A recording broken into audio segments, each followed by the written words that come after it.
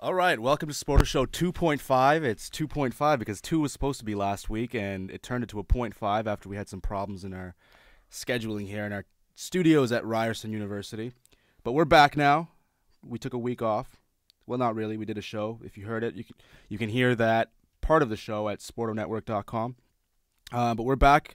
Will Ramirez here. Bernard Gray, as always. Yes, sir. And Bilal Vakani. Billy V, of course, back there running tings on the controls. He's moving the camera up and down right now, nodding in agreement. I don't know. Anyway, good week, Bernard? Somewhat. Been a bit under the weather, but I'll survive. Here I am. You were a trooper, man, because you were sick, and we were still out there. We got a chance to play on the court at the ACC last week, and despite your mal feelings or your hurt and pain, you were still out there. I wasn't going to miss that for the world. I mean, it's not often you get the opportunity to actually play on the same court as Tank Nation. Toronto Raptors. And I wanted to make sure I got that opportunity, and a really interesting opportunity. I saw some talent out there, man. I think they could have, they should have sent some scouts over there to take a look at us. Maybe for D-League scouts. Maybe some D-League guys. But the interesting thing about playing in the ACC is the walls are so far apart. Yeah. Your perception of where you should take off from, where you should take a jump shot from, is completely off. Mm-hmm. And I found myself throwing up a couple air balls. Like, I'd beat my guy off the dribble. I'd do my little bit. Yeah, and then I throw up an air ball in a complete amazement, saying to myself, like, oh, I'm still at the three-point line. Yeah, like, I don't know. I was playing, too, and I'm by no means a very good basketball player. I seen you do your thing, I had some moments. I had some moments. Yeah. I had my moments. You know what I mean? I'm not I still grew up in the hood, so I'm still not completely I'm not completely out of it. Excellent. You know what I mean? I still had to play some street ball or get beat up back in the day. Yeah. But the thing for me was, what surprised me was that I kind of just forgot that where we were for once you're in the game, it's just like, I don't care where we were. And then I stopped for a minute. I just kind of took a breath. Yeah. And in a break of play, I looked around and holy crap, we're at the ACC right now. I think that's the beauty of basketball. What makes basketball such a worldwide sport is that you look at the conditions. You see people. We used to play with a tennis ball. Yeah. We used to play basketball with a tennis ball. Any circular object. Anything that would make it, right? We had a dodgeball at one point. It's circular. It goes in the rim. Let's go. I mean, that's the beauty of basketball is you get to that point where everything else just becomes a sideshow, and you're focused on the game. It doesn't matter where you are, indoor, outdoor. I remember we'd shovel the snow out the way, and we'd get a game going. You got to love that about the game. And shout out to Jason Park, our NBA writer, because he was on fire that day. He was just in the zone, and they could have picked him up. The Raptors need to sign Jason Park. A couple baller moments. Yeah. I mean, he has those NBA things where he'll look you off and say, even though you're right under the net, I'm still going to take this shot. Yeah, but when it goes in, you can't be mad, right? You're just kind of like, dude, I'm right under the net. Yeah, it was a little, I'm glad he was on my team, so I didn't have to feel that burn and shame. But still good. Otherwise, a good week. Yeah. All right, so let's get into it. It's our best and worst right now, and we're starting off talking Winter Classic, which was a great announcement at first until the next day when all of Ann Arbor was booked out and we were trying to get a hotel. A little surprised on my behalf. It was like it was 11 months away, New Year's Day 2013, and Ann Arbor is completely booked out. Yeah. Most of Detroit, I assume, is booked out. Then we're starting to look at Windsor now, and London and Sarnia, and I don't know, and we might just have to go to Chicago or something. You know what? I wouldn't mind just Winnebago or something to get out there, guys. I would keep an eye out for something that we have in the plans for the Winter Classic. I think it's going to be a really cool thing, really big deal, but we're pretty tight-lipped on it. I think that's as much as we can give away right now. Yeah, just save the date. Save New Year's Eve 2012, and obviously be in Ann Arbor. Yeah, and just be in Ann Arbor. We're gonna try to do it up big for you guys, and everyone will be invited. Right, so that's the first thing, and the Winter Classic is coming out. It's all booked out. It's a shame. It's the first time a Canadian team is in there, and obviously it's a Toronto Maple Leafs. Huge following all across Canada and the United States. And the Leafs fans will travel. That's one thing that we know for sure, that they will travel to go out there and represent. It wouldn't surprise me if that turned out to be a home game. It is. I mean, it's in Ann Arbor. It's the biggest stadium in North America. Mm-hmm. It's 105,000 seats. Right. Gary Bettman said they would make over 115,000 seats available. Yeah. So I mean, it's going to be a huge moment. Just being in that size of a crowd and hearing "O Canada" playing. Oh my goodness! With everybody in blue and white. I mean, that's gonna be a moment in my lifetime. It is one of those patriotic moments. Yeah. Once you've had the national anthem sung in your behalf in your stadium, and everybody knows it. It's not like the Americans where they stand up and they're really quiet. And then they get into it at the end. Canadians, we know our national anthem from front to back. We stand up, we sing with pride, and we go hard. It's none of this, singing quietly. We're chanting all the way through. Yeah. You know what I mean? And it's one of those moments where usually because we've had a lot more to drink by the time game time starts. Good point.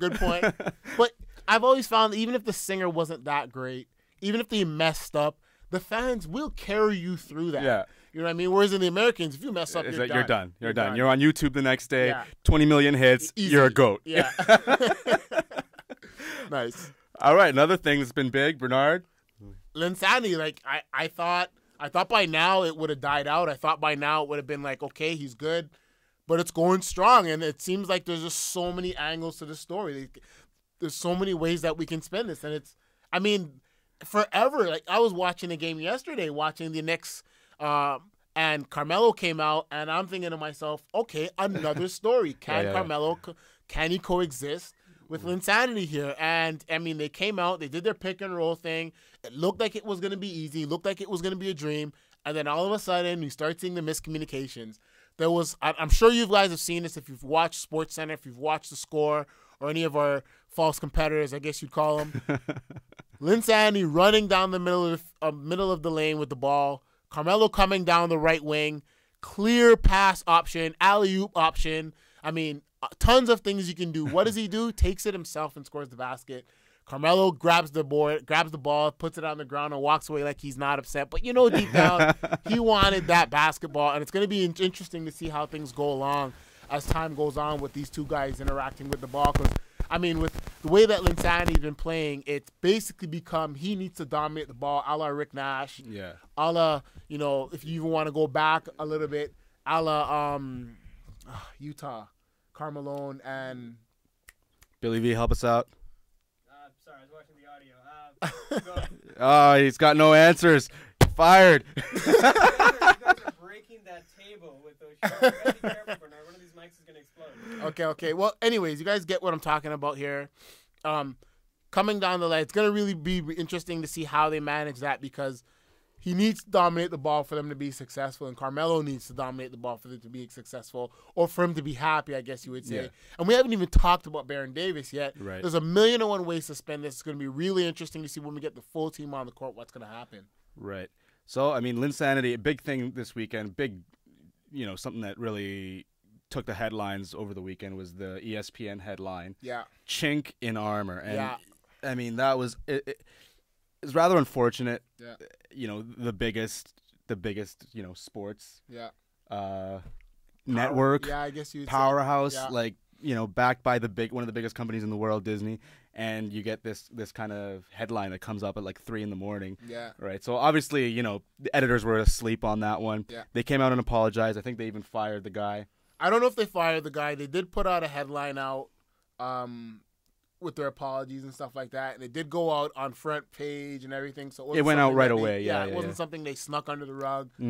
I mean, I think this goes to show just how raw this whole cultural diversity is in the United States. Yeah, we're not dealing with. First of all, he's not even Chinese, so I mean that on its own is an issue. Right, but we're not dealing with a Chinese, so to speak. Right, we're not dealing with a Yao Ming. Yeah, he's an American citizen, right? He's a Taiwanese American, and he has a citizenship. Grew up in the U.S. Yeah, he went to Harvard, so he studied in the U.S. He has American culture. More on that later. I have some questions for you about Linsanity. We're gonna move on right now in the best and worst.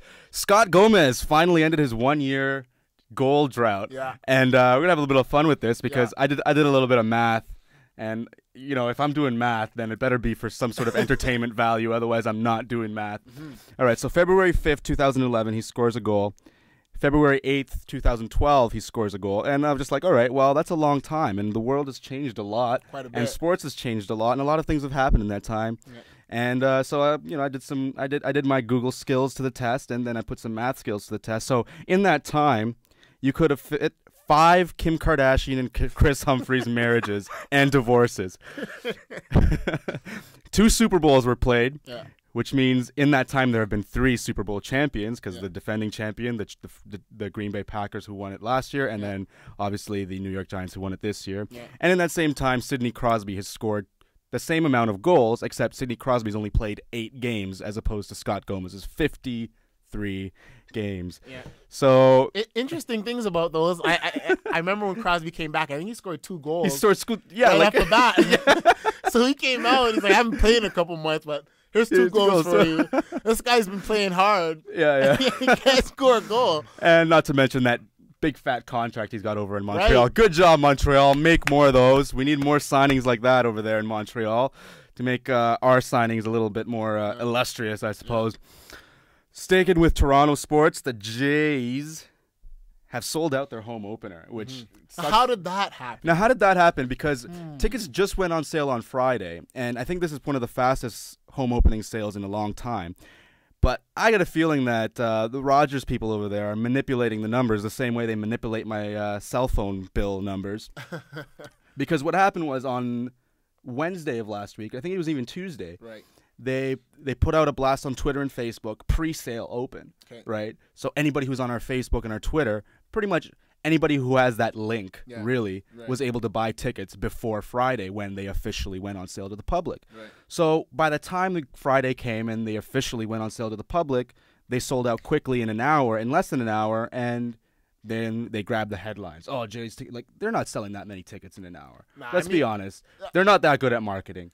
They're not that good at a lot of stuff, but let's be honest here with the Leafs. I mean, the Jays. The great thing about the Jays is that home opener game is always exciting. It's always a great game. Always a great game. Yeah. For some reason, they always come out and the bats are always alive. Pitchers' arms are always strong. They're always making a good show. They play like that for a few games. They go on their first road trip, come back, and then they're donezo. And it's different this year because usually it's like they start off against Minnesota or some team from the AL Central. Okay. This time, their home opener is right up against Boston. So usually by the time they get to Boston, they've already built up a little bit of confidence, and then they get humbled. Right. But this time, they're either going to get humbled right off the gate, or they're going to be like, "Oh crap, they beat Boston pretty well." Well, it's going to be really cool to see is how they manage expectations this time, because now we have that 1 extra seed that would allow them to get into the playoffs.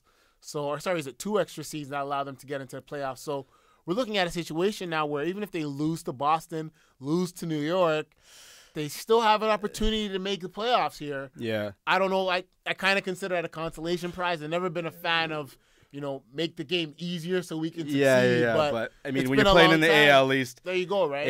It's a big move. Right. So, next thing, NFL news. What do we got? Oh, my goodness. We have Randy Moss coming out of retirement. And I looked at the numbers, sat down and looked at the situation. I think it's a good move on his behalf. Definitely still has some left in the tank. Came out on the interview, and they asked him basically, what was the reason for this? And he basically sat down and said, I did some soul searching and talked to my family. And, we decided that it was time for me to come back to the game, which usually means I need money. When you put all that together, it's like, got a Ferrari, but you know how much insurance on a Ferrari is? Yeah. And the hectares in the back. So Randy Moss or Terrell Owens, who you got? Who would you rather have? I've been back and forth on this so much, and I think when it comes down to it, I'm going to take Randy Moss. They're both instant Hall of Famers. I think that's the easy thing to say. None of them have really gotten that Super Bowl under their belt, but they're so far gone on the stats that it's just ridiculous at this point. Not to mention that they're still playing. Easy part about it when you're making comparison between both guys. You're looking at pros and cons. Randy Moss, God hands, easily. Terrell Owens does have a tendency to drop them every now and then. Nothing to be said. Lack of concentration. He's getting up in there in ages. He will do a bonehead move every now and then. Will be on the field. Randy Moss will do the same thing, but it'll often be in a team meeting or somewhere, or or like he did last year in a meal, in a meal room setting, which is really stupid. But so who's putting up with that though? You know what? It wouldn't surprise me at all. I mean, Terrell Owens signed with a minor league team, and I think he's owned a percentage of the team as well, just to get a paycheck. Yeah. I mean, if things can't be that bad for Randy Moss, I think there's a team out there that'll take a look at him. It'd be nice to see him land in the Patriots again. You think Belichick will take him back? I think they would this time. Yeah, I guess that was the only place where he was really minimum contract. Yeah, they knows the system. Come on in. I guess so. All right, I'm gonna take a moment here because we were on we had a little bandwagon talk last time with the Toronto Maple Leafs, which has completely collapsed. The bandwagon has wrecked and is in a ditch somewhere, somewhere between Montreal and Vancouver. The bandwagon just went off the rails, and now we're scrambling and talking about, well, maybe we can sneak in with that final 8th spot. Yeah, and that's a sad thing when you're looking at the Leafs. As soon as we get a little bit of excitement, it's just I almost feel like it's purposely being done now. Yeah. Now I had people texting me after that Montreal game, which was the game where they honored Matt Sundin. Right. Matt Sundin is in the building, and they got blown out by Montreal, who we just discussed. Yeah. So they got blown out by Montreal. Right. And, I'm getting texts from people, please stick it to the Leafs on your next show. Yeah. Because we all have those Montreal people in our workplace, those people that have their Habs jersey in their office, and, they're quick to point out how many Stanley Cups and yada, yada, yada, well, whatever. If I can say one thing quickly, we're not friends, eh? Yeah. Montreal friends, like, I know we might work together. Yeah. We may went to college, university, went to school, but we're not friends. We're not friends. It's not. Don't get this twisted. Like, we don't like you. Yeah. So it was, I had to hear it, and I know a lot of my friends had to hear it on Monday because we got blown out by Montreal, and that's never a good thing, and that's never acceptable. So get it together over there, MLSE. We're not going to take that crap anymore. I don't want to have to walk into my workplace and watch somebody wear a jersey in Toronto that doesn't have a maple leaf on it. And people in Montreal, if you ever come to Toronto with that Maple Leaf jersey, with the Habs jersey, expect heckles, expect a snowball or something. It's not fair, because when we come to Montreal with those Leaf jerseys, we get it. Yeah. We always get it. Even my Ontario license plates. Yeah. It's enough. Last time I went to Montreal, I parked in between 2 Quebec cars, got out, went, ate my meal, came back. I had 2 tickets.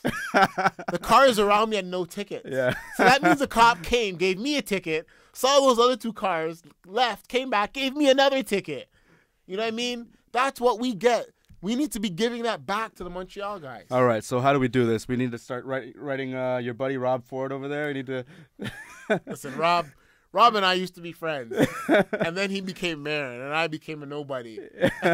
I send your letters to Rob Ford, see what he'll do. He has a way of making his presence felt. If you're the head of TTC, and you may know about that, almost lost your job there because things didn't go Rob's way. If we can somehow make the Toronto Maple Leafs winning Rob Ford's way, maybe someone at MLSE might lose their job. And let's make it a bit of a priority here in Toronto. I don't need a subway. Let's just get a Stanley Cup down there. There we go. All right. I'll walk where I need to go. Last thing in our best and worst. All right. Now I know you're not a big soccer guy. I'm a huge soccer guy. Obviously, I'm wearing my Messi jersey today. We're going to be talking about Messi a little later. Right. Argentinian heroes and GOATs. Messi scores four goals to lead Barcelona to 5-1 win against Valencia. Great. That's now the other Argentinian on the opposite team on Valencia is Ever Banega, who somehow ended up trapped under his own car before the game. How does this happen? How stupid do you have to be? You have to start your car, put it in neutral, get out, and lie down in front of it for that to happen. You have to be that stupid. Yeah, so he broke his tibia, went to surgery yesterday. Needless to say, he missed the game, which was one of the more important games in the league as they're chasing Barcelona. So that's it for our best and worst. We'll be back next week with another best and worst. And keep watching. Watch the next videos that are coming up.